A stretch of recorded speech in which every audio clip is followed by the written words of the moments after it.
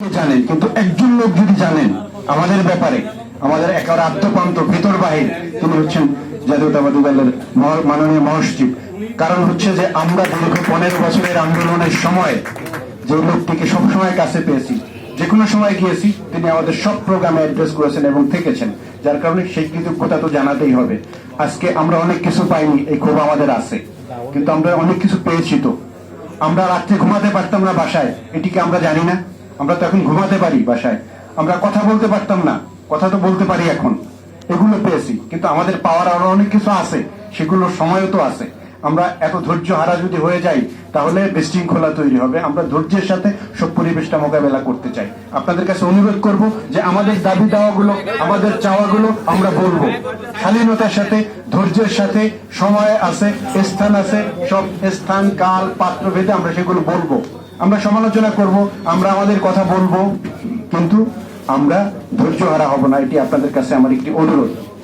আর আপনারা জানেন যে কোন পরিস্থিতির মধ্য দিয়ে জুলাই বিপ্লব হয়েছিল, এটি আমরা সবাই জানি।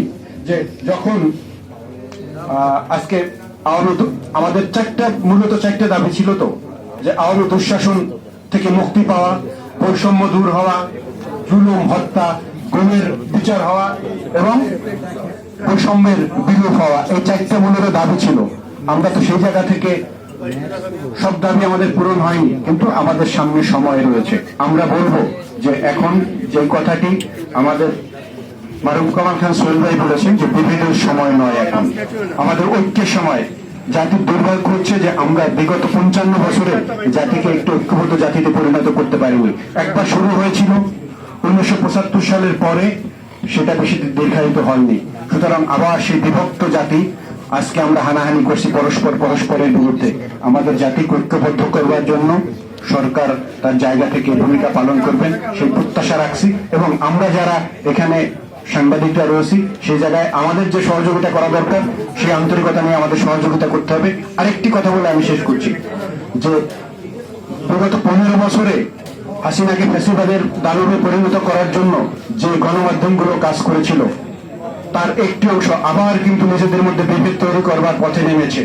এটি আপনাদের সজাগ থাকতে হবে। আজকে আমাদের জুলাই এবং 71কে সামনে এনে আমাদের মধ্যে বিভেদ তৈরি করার চেষ্টা করতেছে।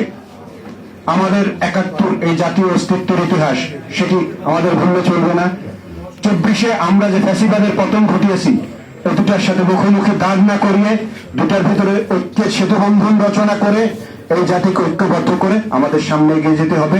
সরকার সেই পথে আগাবে, সেই প্রত্যাশা রেখে আমি আমার সংক্ষিপ্ত বক্তব্য শেষ করছি।